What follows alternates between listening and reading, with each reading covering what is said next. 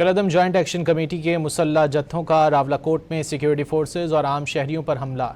मज़मूम एजेंडे में नाकामी के बाद आज सुबह कलअदम एक्शन कमेटी के मुसल्लह जत्थों ने मतियाल मीरा बस टर्मिनल रावलाकोट के करीब शहरी आबादी पर फायरिंग कर दी, जिसके बायस रेंजर्स का एक अहलकार शहीद और एक ज़ख्मी हो गया। बुज़दिलाना कार्रवाई के बाद पुलिस ने सूरत हाल को कंट्रोल करने के लिए पेशकदमी की तो मुसल्लह जत्थों ने पुलिस को ऑटोमेटिक हथियारों और गोला बारूद से निशाना बनाया। पुलिस की मदद के लिए रेंजर्स की नफरी भी मौके पर पहुंच गई। कलअदम एक्शन कमेटी के मुसल्लह जत्थों ने कानून नाफिज करने वाले इदारों पर न सिर्फ जदीद हथियारों से सीधी फायरिंग की बल्कि खुद साख्ता धमाका खेज भी इस्तेमाल किया। कलअदम जॉइंट एक्शन कमेटी के मुसल्लह जत्थों की फायरिंग से रेंजर्स का एक अहलकार शहीद जबकि एक ज़ख्मी हो गया। कलअदम जॉइंट एक्शन कमेटी के मुसल्लह जत्थों का रावलाकोट में सिक्योरिटी फोर्सेज और आम शहरियों पर हमला। मज़मूम एजेंडे में नाकामी के बाद आज सुबह कलअदम एक्शन कमेटी के मुसल्लह जत्थों ने मतियाल मीरा बस टर्मिनल रावलाकोट के करीब शहरी आबादी पर फायरिंग कर दी, जिसके बायस रेंजर्स का एक अहलकार शहीद और एक ज़ख्मी हो गया। बुज़दिलाना कार्रवाई के बाद पुलिस ने सूरत हाल को कंट्रोल करने के लिए पेशकदमी की तो मुसल्लह जत्थों ने पुलिस को ऑटोमेटिक हथियारों और गोला बारूद से निशाना बनाया। पुलिस की मदद के लिए रेंजर्स की नफरी भी मौके पर पहुंच गई। कलअदम एक्शन कमेटी के मुसल्लह जत्थों ने कानून नाफिज करने वाले इदारों पर न सिर्फ जदीद हथियारों से सीधी फायरिंग की बल्कि खुद साख्ता धमाका खेज मवाद भी इस्तेमाल किया। कलअदम जॉइंट एक्शन कमेटी के मुसल्लह जत्थों की फायरिंग से रेंजर्स का एक अहलकार शहीद जबकि एक ज़ख्मी हुआ है। कलअदम एक्शन कमेटी की जानिब से कार्रवाइयाँ जारी हैं। रावलाकोट में फायरिंग से एक रेंजर्स अहलकार शहीद हो गया जबकि एक रेंजर्स अहलकार ज़ख्मी हुआ है।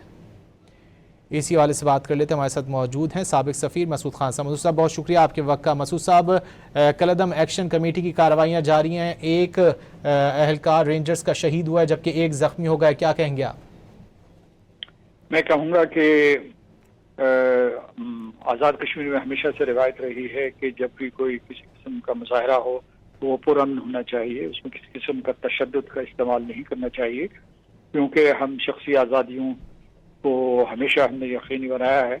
और ये जो खबरें वहाँ से आ रही हैं बहुत तशवीशनाक हैं। मेरा ख्याल है कि किसी किस्म का तशद्दुद नहीं होनी चाहिए और जो लोग मारे गए हैं मैं उनके लवाहिकीन के साथ इज़हार ताज़ियत करता हूँ और मैं समझता हूँ कि जल्दी से ऐसे इक़दाम करने चाहिए ताकि ये पूरी सूरत हाल ठंडी हो। असलाह का इस्तेमाल किसी सूरत में जायज़ नहीं है, क्योंकि उससे और आग भड़केगी और उससे जो है नफ्सा नफ्सी पैदा होगी, इंतशार पैदा होगा।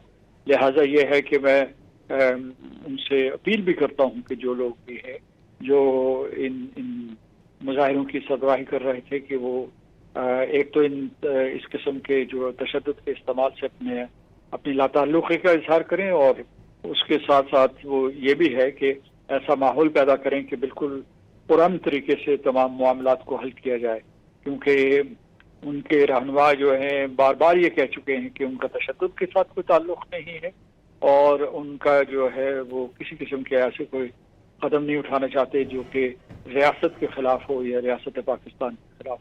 तो मैं समझता हूँ कि इन चीज़ों को मद्देनज़र रखते हुए सूरत हाल को जल्द अज जल्द संभालना चाहिए और इसके बाद किसी किस्म की और मौत नहीं होनी चाहिए। जो अमवात हुई हैं वो भी काबिल सद अफसोस।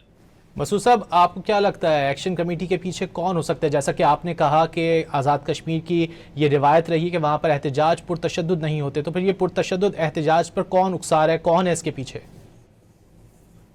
इसके बारे में तो इदारे तहकीकात करेंगे और बताएंगे कि इनके पीछे कौन है, लेकिन बज़ाहिर ऐसा नज़र आ रहा है कि जो अवामी तहरीक के मुतालबात थे उनके सिलसिले में हुकूमत के साथ मुज़ाकरात हुए, हुकूमत आज़ाद कश्मीर के साथ हुए, हुकूमत पाकिस्तान के साथ हुए, कई वफूद यहाँ से भेजे गए और एक मुनज़्ज़म अंदाज में ये मुज़ाकरात होते रहे और उनके जितने जायज़ अवामी मुतालबात थे उनको माना गया। तो फहरिस्त को तकरीबन 38 के करीब थी, उसमें से 36 के करीब मान लिए गए थे, कुछ जो है मुकम्मल तौर पर मान लिए, कुछ जो है वो प्रोसेस में चले गए थे ताकि उन्हें तकमील तक पहुँचाया जाए। लिहाजा ये कि ये जो एक नई रविश चली है कि जो मुजाहरे हैं उनको पुरतशद्दुद बनाया जाए, ये पूरे का पूरा अमल दुरुस्त नहीं है, क्योंकि और जहाँ तक कि आपके सवाल का ताल्लुक है कि इसके पीछे किसका हाथ है, ये जो है ये मुतय्यन करना जब हमारे सामने हक़ाइक़ आ जाएंगे, मेरा ख्याल है कि जो ہمارے متعلقہ ادارے ہیں ان کے پاس بہت سی معلومات موجود ہیں. کچھ انہوں نے جو ہے پبلک کیے ہیں, کچھ ابھی بھی پبلک نہیں کیے ہیں, لیکن یہ ہے کہ جو کچھ بھی آزاد کشمیر میں ہو رہا ہے اس سے ہندوستان یہ فائدہ اٹھانے کی کوشش کر رہا ہے کہ وہ یہ کہہ رہا ہے کہ وہاں سے جو مسئلہ کشمیر سے توجہ ہٹا کے, یعنی جموں و کشمیر میں, مقبوضہ جموں و کشمیر میں, وہ ساری کی ساری دنیا کی توجہ آزاد کشمیر کی طرف مبذول کرنا چاہتا ہے. اور اس میں آپ یہ دیکھیے کل 13 جولائی گزرا. 13 جولائی وہ دن ہے جب ہمارے 22 شہداء نے اپنی جانیں دی تھی 1931 میں آزادی جموں و کشمیر کے لیے, اور وہ اس دن کی بازگشت آج سنائی نہیں دے رہی, کیونکہ کل انہوں نے جو ہے ہندوستانی حکمرانوں نے وہاں نہ صرف اپنے چیف منسٹر کو عمر عبداللہ کو قید کر دیا تھا, بلکہ جو ہے محبوبہ مفتی کو بھی شہداء کے مزار پہ جانے سے منع کر دیا تھا, یہ 13 جولائی کی مناسبت سے, کی نسبت سے. تو میں سمجھتا ہوں کہ اس وقت جو ہے انتہائی ہوشمندی سے کام لینا چاہیے اور اس انتشار کی فضا کو ختم کرنا چاہیے. جو بھی مطالبات ہیں, صورتحال کو کنٹرول کرنے کے لیے نہایت ہوشمندی سے جو ہے وہ کام لینا ہوگا.